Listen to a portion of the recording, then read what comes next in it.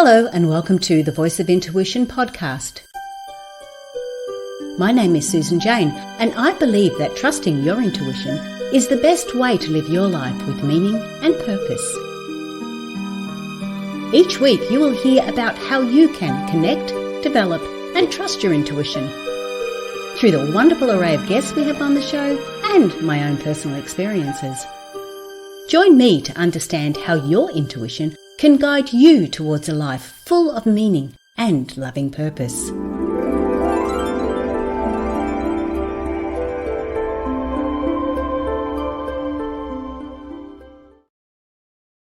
Hello and welcome to The Voice of Intuition. It's the show that helps you connect with your intuitive nature.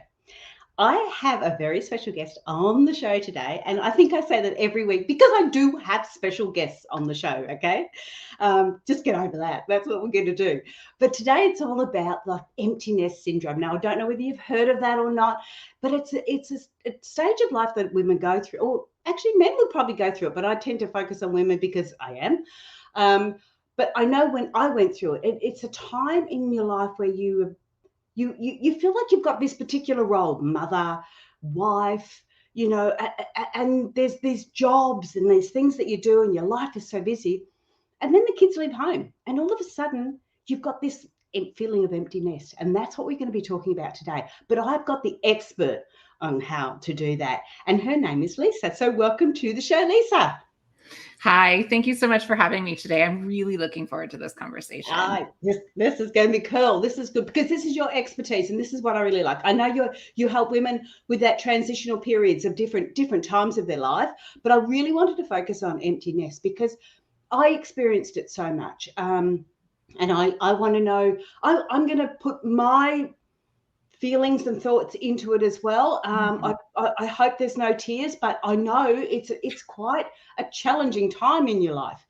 But first of all, Lisa, I want you to tell the people how you got from wherever that was to wherever you are now, just to get a little bit more idea about your background. Yeah, thanks. As I was listening to your opening, it twigged in me a different way of sharing this story, and it is the evolution of not listening to my intuition to listening to my intuition throughout the journey that brought me to where I am here today. So I was an educator for 20 years. Interestingly, however, I did not ever want to be an educator.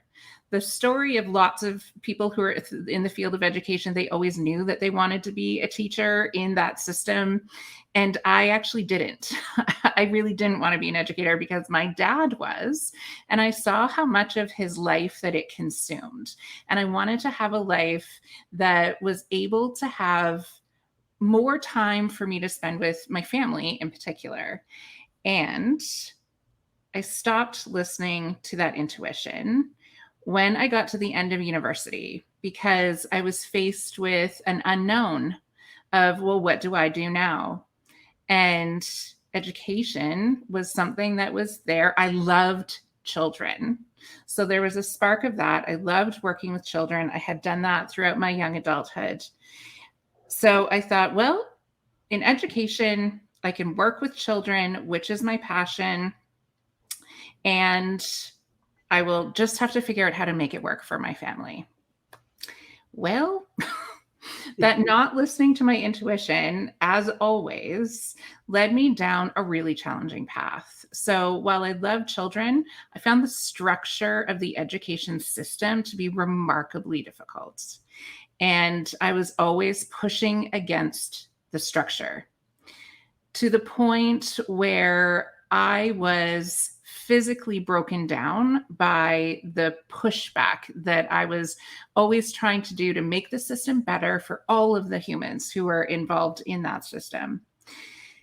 And at the same time of my body physically breaking down from 20 years of this extreme effort, my children, as you talked about at the beginning, were getting to this phase where all of a sudden they didn't need me in the same way. And the goals and dreams I'd had for my life looked like getting an education, having a career, and having a young family. That was a story that I knew and I understood and I could envision. And one day, and it actually happened really quickly, like the transition from kids who need you intensely to kids who need you not so intensely happens a lot more quickly than I thought it would. And I suddenly found myself on the other side of everything I had dreamed for my life and thinking, but this can't, like, I am only at the beginning still. There has to be more. And I want to know what this phase can look like. And so, after abandoning myself and abandoning my intuition and giving it away over and over and over again, I reclaimed my intuition and I reclaimed myself. And I resigned from my education career and I built this coaching business to support women and create a space for women's experience and voices so that we can start paving a way, so that we can create story, so that younger mothers and people who have children can look ahead and see, oh, there is a really beautiful life that can happen after this road that I've walked. Wow. Okay. So you went through that. So I really can resonate with that because I always wanted, no, I didn't always want to be a teacher. I never ever wanted to be a teacher, but I always felt that everything I did was quite in the educational aspect. Things that I do, even with the podcast, I like someone to get a learning from it, and it doesn't have to be a major, let's write on the whiteboard and get it all done. But it's just those little aha moments, and I didn't know that. I always remembered as a younger person wanting to help people, and of course at school that means nothing. We have to put into a box, and you were put into this because you want to help people. You need to be a teacher because you love kids. Oh, you need to be a teacher. It's like that's what you need to be. That's what that's the role you have to play. And you tend to go along those lines because honestly, you don't know anything else. No. That's all you've got, isn't it? You go by society's rules, but they're not deliberate rules. They're just what they know. So yeah, I can really resonate with that. So you got into when you were teaching and you went into your transformational coaching business. Were the kids with you then, or did they go after you already did that transition? Yeah, so I will say my kids, it is still a process that's happening. And so my oldest just graduated from high school in June. We had the whole summer where they were working at a residential summer camp. So I experienced what that empty nest really feels like, and also what it feels like when they come home, because they're back now for a little while. Well, my youngest is graduating from high school this year. They're only one school year apart. So they are intently observing this process. And there was a time just over a year ago, where I had taken a 6-week leave from teaching because I couldn't put one foot in front of the other anymore. And when I had been off for about 2 weeks, there was this moment where one of my kiddos looked at me and said, "Oh, there you are." And they were seeing the me that they hadn't seen in a really long time come back to the surface. So that knowing in my children actually was a sense of knowing for me that I couldn't keep living the way I was living because I wasn't being my authentic self. I was playing a role. I was playing a lot of roles, but the educator role was creating a mask around myself and a block between myself, my family, my friends, because I wasn't showing up in my as who I truly am, in my wholeness. And so it's been an interesting process for them to watch me set myself free from something that was really hard. Oh, okay. So when you're talking about presenting yourself as your authentic self, not turning up as your authentic self. I can remember going through stages where I really didn't think people would like my authentic self because there does tend to be a lot of suppressed anger or suppressed guilt or all those suppressed emotions that we have. So, you do have that stage where you sort of go, oh, will people actually like me? And it is a real challenge. So not only you're experiencing what you're going through at home, you're experiencing what you're going through internally, like a lot. Mm-hmm. Oh, So it is a big challenge. But when you talk about your authentic self, how do you know if you're not presenting your authentic self? And I ask you this in a way that maybe you could give me a couple of examples, because people are listening and they're sort of going, well, that's me. That's what I do. That's who I am. But is that really how do we know when we're not presenting our authentic self, or what that actually looks like? Yeah, it's such a good and important question. And for me, I looked in the mirror one day and I didn't recognize the person who was looking back. And that was the first sign for me of, oh, there is something deeper happening here. And what happens is, and this is a lot of the work that I do with clients, is teasing out the roles that we play versus our actual identity. So it's not that there isn't intersection in those two elements, but they're not the same thing. And that, I think, is where a lot of us get lost. And so the roles that we play, so for me specifically, I played the role of mother, I played the role of wife, I played the role of educator, I played the role of leader. Those were roles that I played. But society shows us that those are who we are. But they're not, because those are things that can be taken away from us, that can change in a heartbeat, that are external to our actual being. So the work is turning inside and actually asking the question, who am I? And when I pose that question to clients, which I don't do right away because it's a big question, Yes. a lot of the time, and more often than not, the answer is, I don't know. And I don't know if I have ever known, because we have been presented with roles of productivity, roles of what we should aspire to, roles of, what's determined to be successful. But there's not a lot of focus on the self.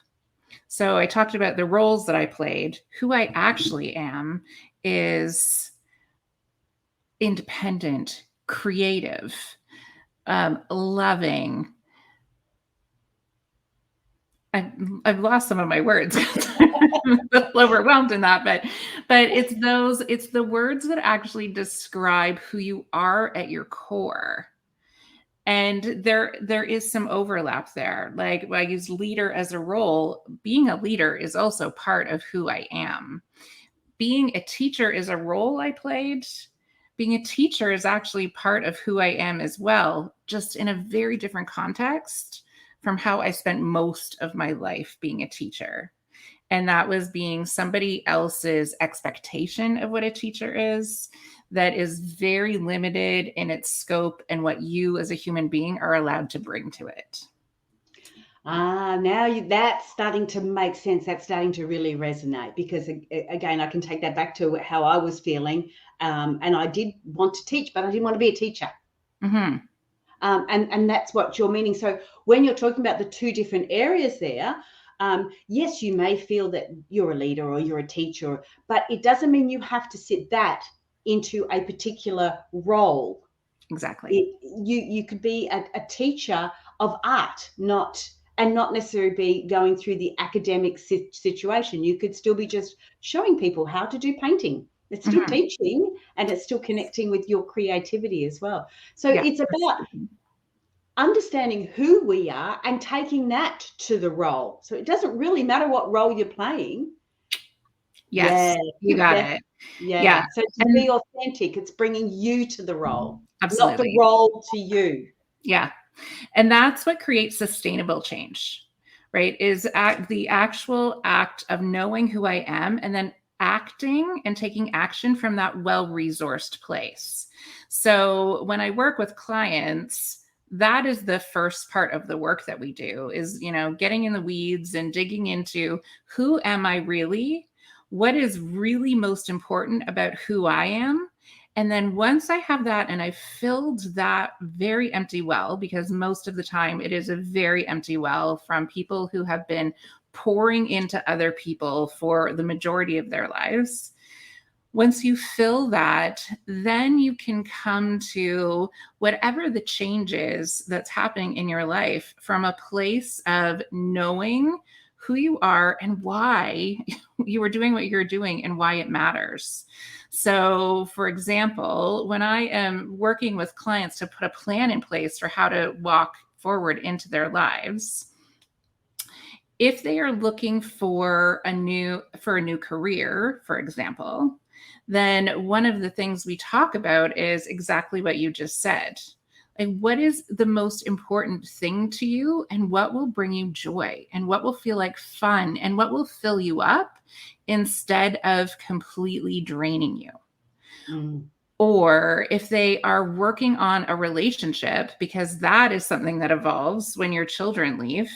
Because if you haven't spent intentional time continuing to build a relationship with your partner, often what happens is that relationship becomes organizational, right? You're the leaders of a team, and you're co-parenting and you're coaching together, but you develop a shorthand of organizational language, but you lose some of the intimacy in how you communicate with each other. And so when I'm working with clients around rebuilding and reconnecting with their partner, if that's the right thing for them, then it's the same process of, okay, what do you love about you? Fall madly in love with you. And then you will be able to show up to that conversation in a way that is two people who are meeting each other as loving equals. Oh, it sounds cool. Okay, so now I want to get a little bit more details about the empty nest side of things, because that's what we're sort of focusing on. So, what does empty nest? Look, I know there was an empty nest syndrome that they used to talk about.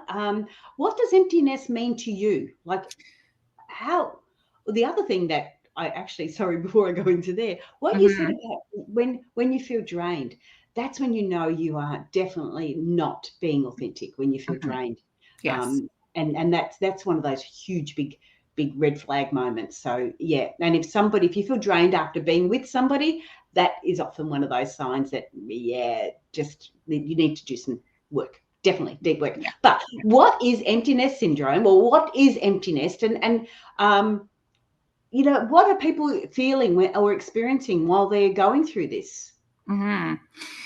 So I like to use the example of what happens when you have a child as the seed for what happens when your child leaves. So when you have a child and you bring that human home, you have this massive life change where literally everything in your world is suddenly different.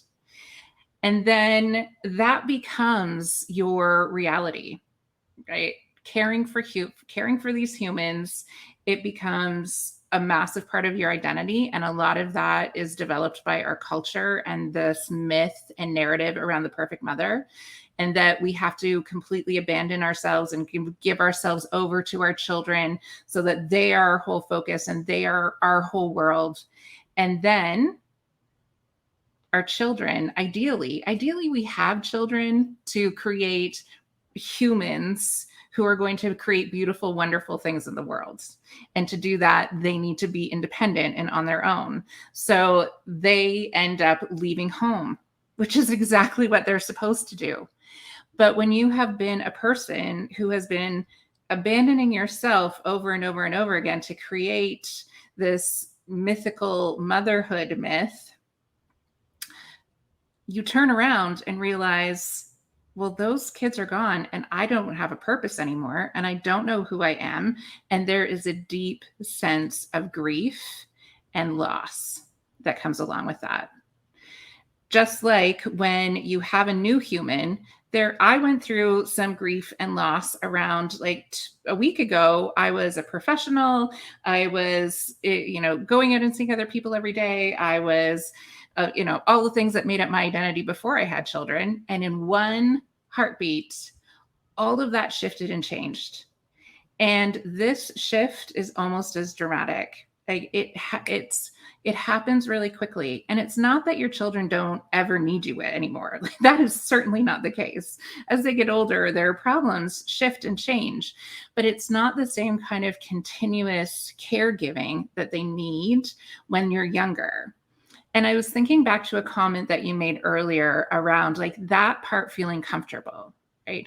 It feels comfortable when we're in that young family phase because we see it everywhere. We have it, families look different. There's a vast and beautiful rainbow of what families look like, but we have a really good idea of what it means to care for humans. There's not a lot of story for what this phase of life looks like. So that is also part of the grief, because there's this massive wondering of, well, who am I now? If I'm not this person who I was for 18, 19, 20, however many years that was, who am I? And at this phase in life, figuring that out all over again in a way and in a space where very few people talk about it is really hard.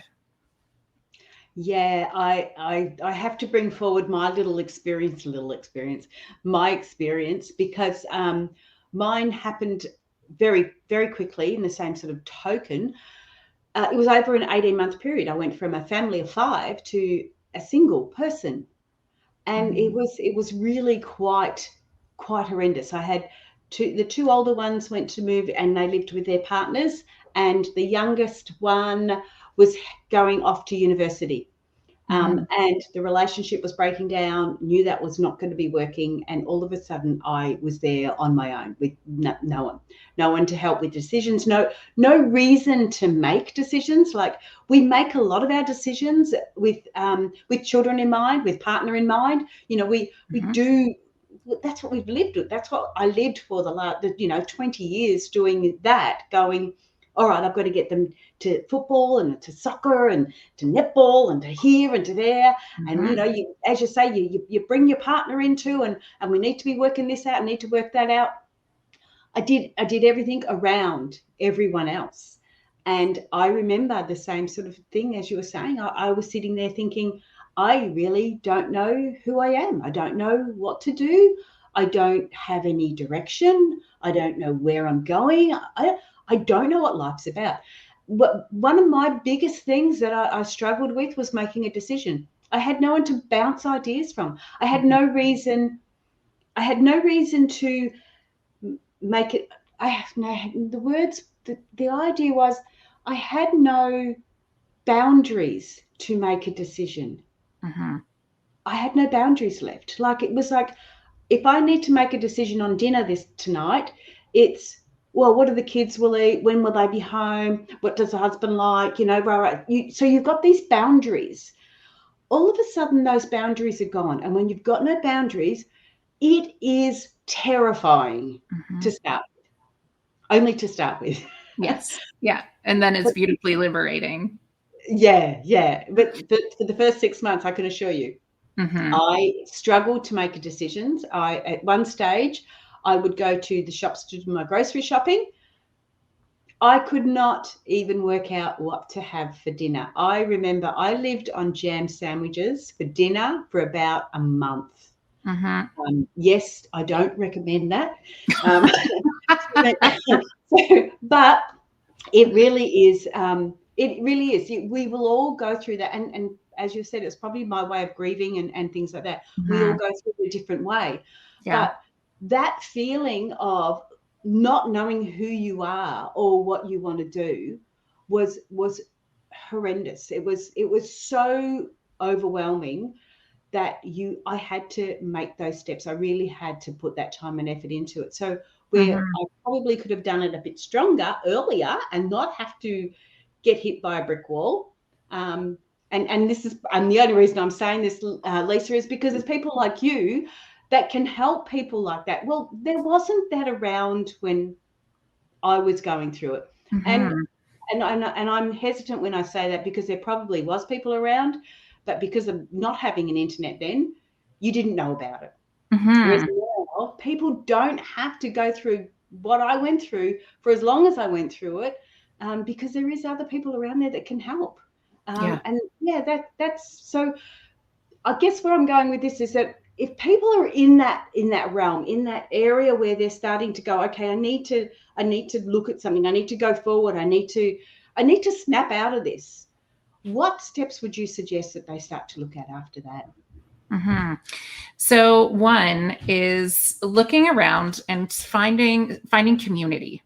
So that's really important, because along with, your story and everything that you were sharing, there's a lot of shame, Mm, particularly for women, in feeling sad, because our children are, they're flying and they're doing the things that they were meant to do. And so everything in society is telling us, like, well, you should be thrilled to look at your children. They're doing this, they're doing that.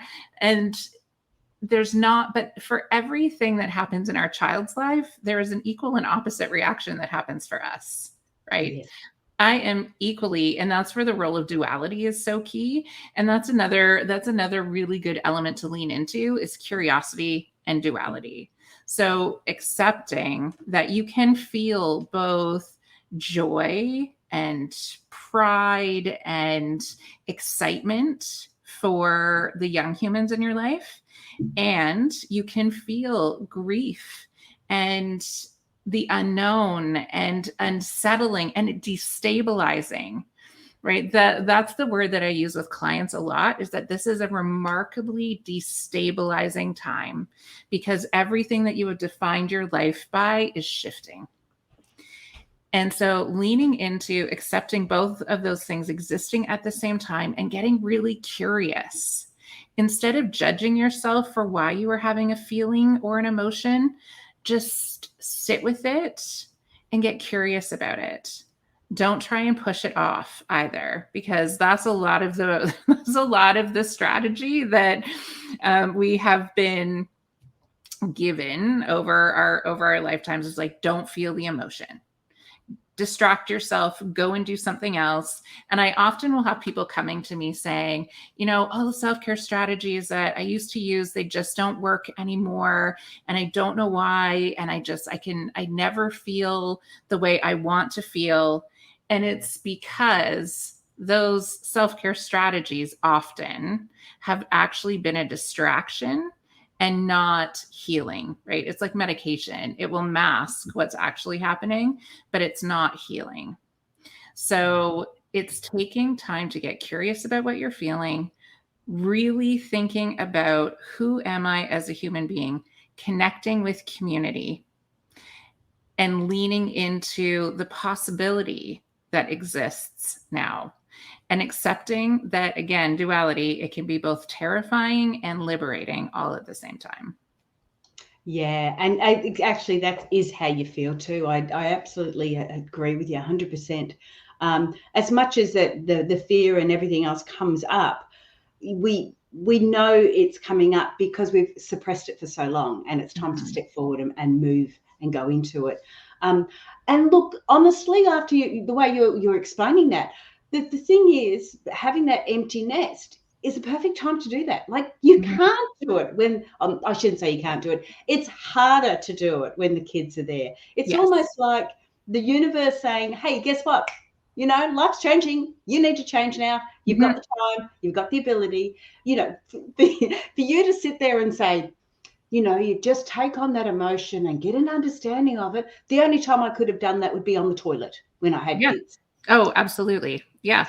I had 3 kids in 3 years before I worked out what was causing it and stopped. But so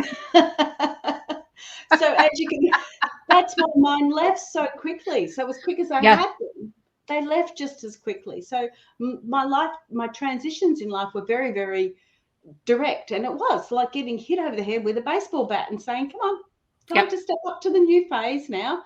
Yeah, Um, absolutely. but And yeah, it's Yeah, so my kids are same. They are one school year apart. So we have been going through everything all at the same time. It was back to school week for us this week. Yeah. And my youngest child is going to school without his older brother for the first time ever, and he's in grade 12.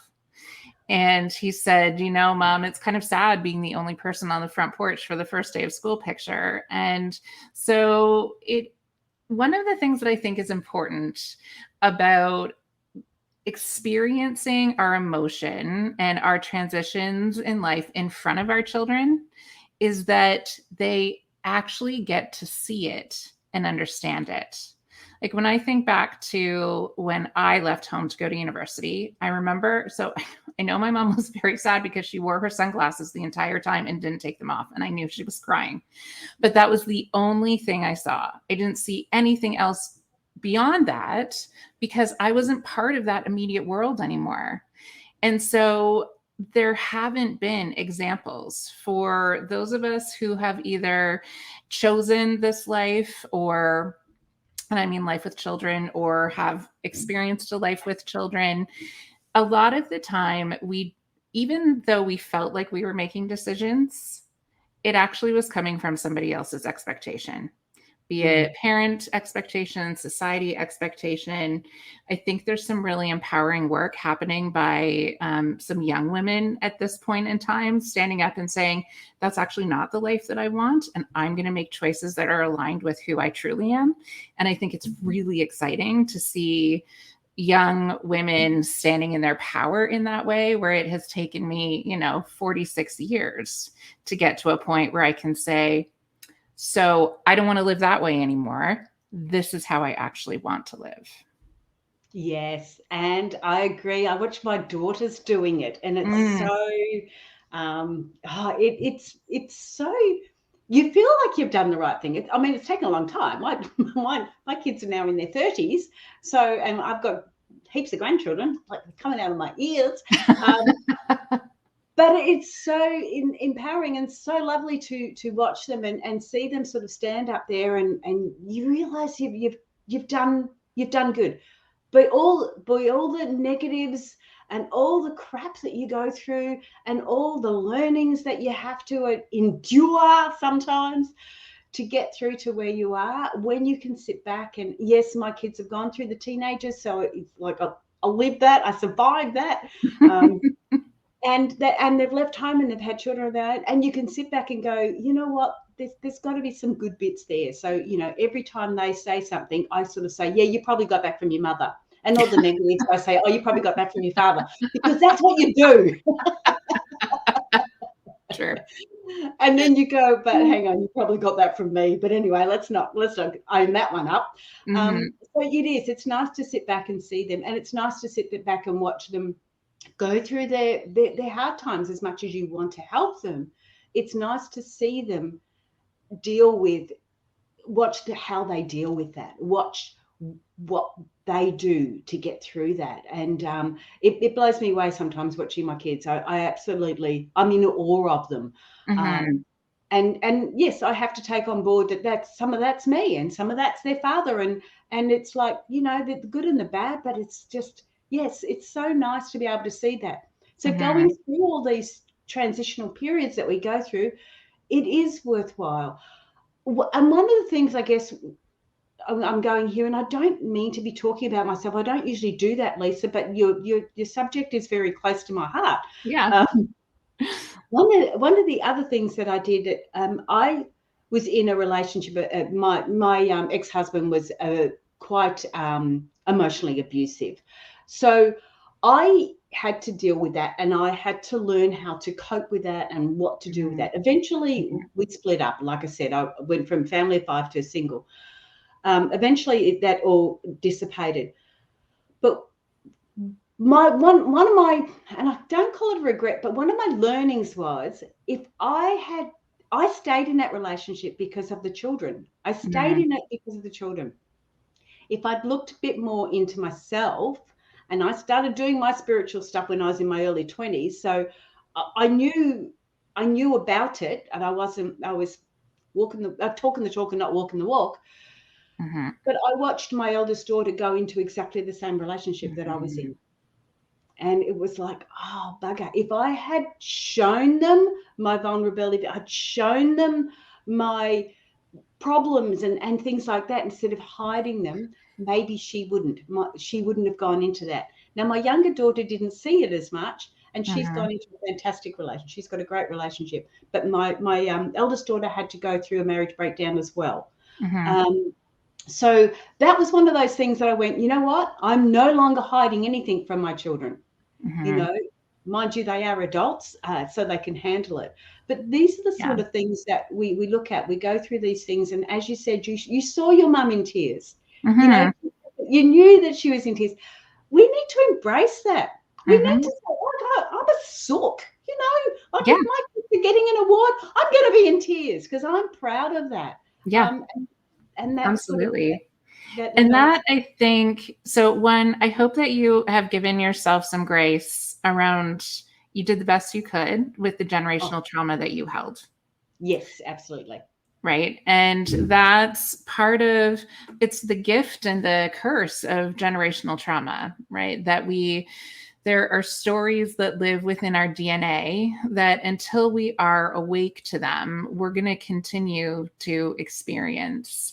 And I think the realization that you had that was really beautiful, sorry, I'm getting a little teary, was that if I had brought my full self into my role as mother, rather than trying to fit myself into this box that I was told motherhood was, it would have shifted, right? It would have, because if you come into the role as partner and you come into the role as mother, grounded in your own body and knowing what alignment feels like and knowing what unalignment feels like.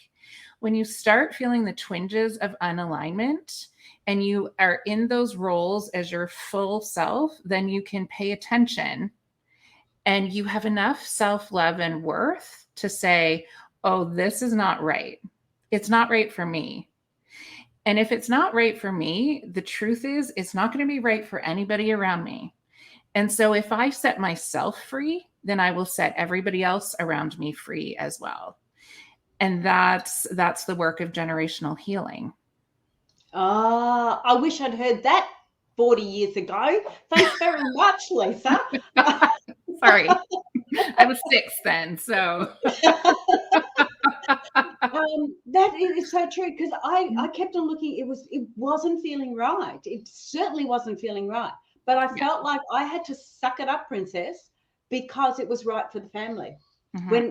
When, like I said, you know, how many years down the track, I realized it wasn't right for the family. If it wasn't right for me, then it wasn't right for the community, for my family community. And those words, that's gold. That's absolutely gold. Before I ask you any more questions too, if you want to connect with Lisa, jump onto her website, which is www.leaninfindhome.com. Okay, so it's about leaning in and finding home.com. Sorry, I had to say that. I forgot. No, thank you. I appreciate that. Forgot about that. I just wanted to pop in because there was something I really connected to what you said, and it was the seed of what planted that in me. And that is, there are deep generational wounds that have gone back through the women in my family around, I call them witch wounds. And I saw it playing out in my mother. And when I was 30, so my youngest child was 6 months old, and my oldest was not quite 2. She was diagnosed with colon cancer in May, and she died in October. And she was only 52 years old. But I watched her leave this world in rage because she had abandoned herself for her family for years. And she had finally gotten into a career and a place where she was standing in her power. She was standing in her light. And within, weeks of her getting this job, she was diagnosed with cancer, and it was game over. Like, it was stage 4 by the time they found it. And watching her leave the world in rage lit a fire in me that would not be me, that I would take that rage that she had and use it as fire to change how I lived in the world. And so that I could go out knowing that I had done the healing that needed to happen in our line, and live in a way that felt aligned and joyful and painful and hard and all those things, but real. Yeah. Oh, I'm so sorry to hear about that with your mum. Funnily enough, I experienced something similar too, because my mum only passed away last Christmas. Mm. And I did a cruise with her, and she had started to get dementia was coming through, and I did a cruise with her, and I remember she was really angry. She had to experience dementia to be able to get rid of those feelings. Like, she took the ring off. She didn't want to be married to dad anymore, and I know that she was experiencing exactly what I experienced. So it was definitely generation. Mum experienced, I did, and then my daughter did. And I really understood that. So when she was sitting there and my family was saying, oh, Mum's being such a bitch and rah, rah, and I'm thinking, no, she's not. She's just getting rid of all this. Yeah. She's almost like vomiting it all out.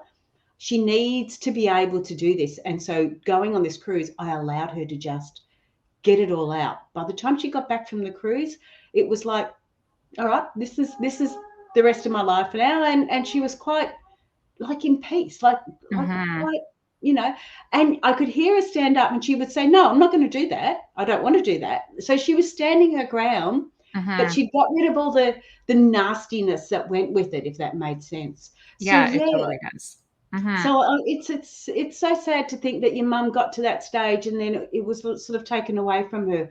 Whereas at least mine had the ability to go through and get rid of some of that, because we do hold it. It is easy to do that. So I'm hoping, fingers crossed too, that we've broken those ties on that generation as well. That generational crap that we don't need. Exactly. And look, people that are listening, be aware of it. You aren't. Have a look at those cycles. That's what I was looking at, the cycles. watching what there's going through. I had to acknowledge that my father is a narcissist, and it was really, really challenging. And I'm not saying he's a bad one, but he is one. And so I had to look at that differently. That's when I married. I married my father, and my daughter married the father. So it's looking at those, and of course you can help with that, Lisa. But I want to actually ask, you have got a book. I'm going to put the book up, and you have got a podcast. I didn't know you had a podcast. Tell me about your podcast, and then So my podcast is called Transforming 45, and it is a place where sometimes I tell my own stories. Mostly I invite incredible women to share their own stories of transformation. So how that transformation allows them to show up as the most real version of themselves. So it's building a community where there is story around what this phase of life looks like. And my book, my journal, actually came out of the podcast because it was in the spring, and I had been looking back at the content of my podcast, and it had been pretty heavy intense for a couple of episodes, for many episodes actually. And I thought, I just want to do something that's a little bit fun and a little bit light. And so I started thinking about two things. One, what do I really love and find fun? And two, a question that clients were asking me was, but how do I reconnect with my body?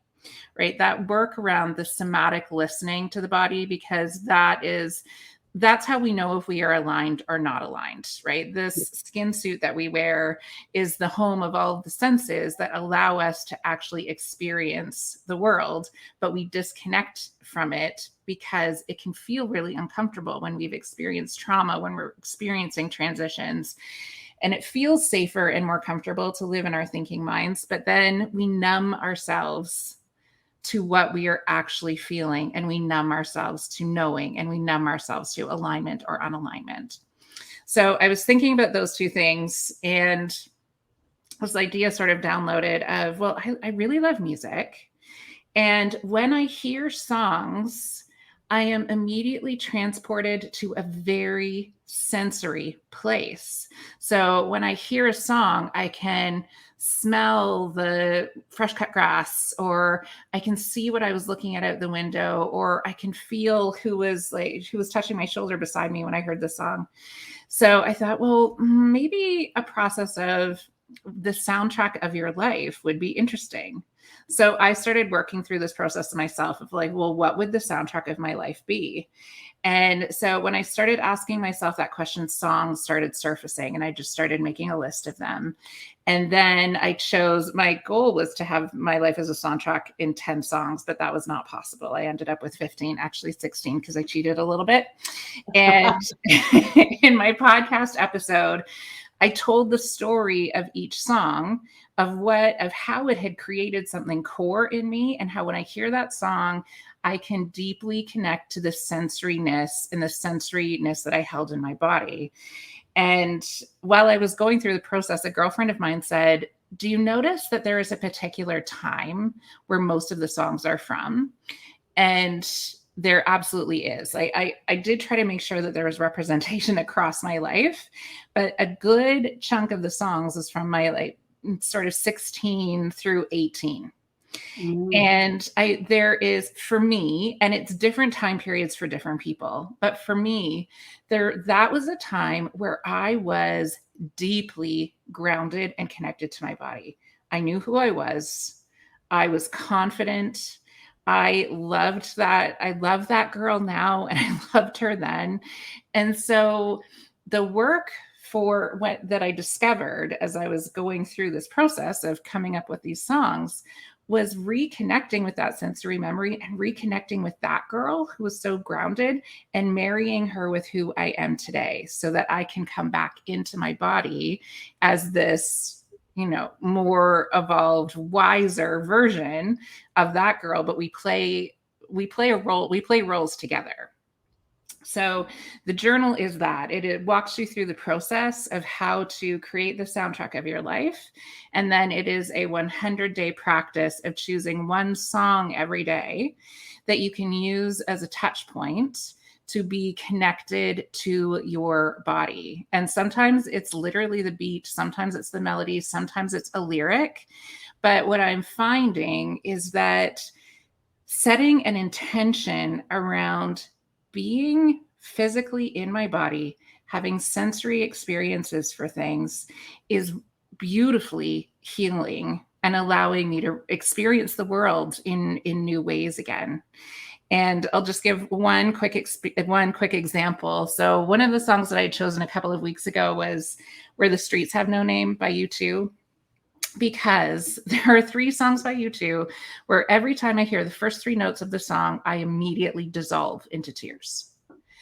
And so I sat with, why is that happening? Why is it so powerful that literally it's 3 notes and I am a hot mess?